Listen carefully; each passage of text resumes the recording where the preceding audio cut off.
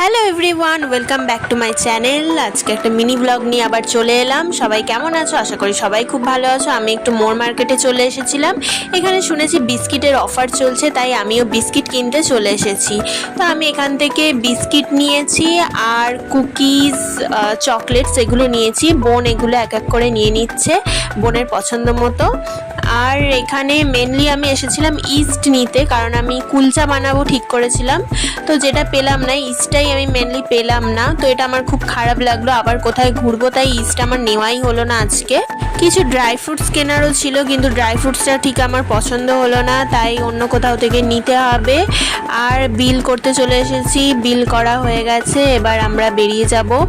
তো চলে এসেছি বাইরে এসে ভাবলাম ফুচকা খাবো, তারপর বললাম যে থাক, ফুচকা আর খাবো না আজকে। তো বাড়ি চলে এসে একটু টেস্ট করে নিচ্ছি।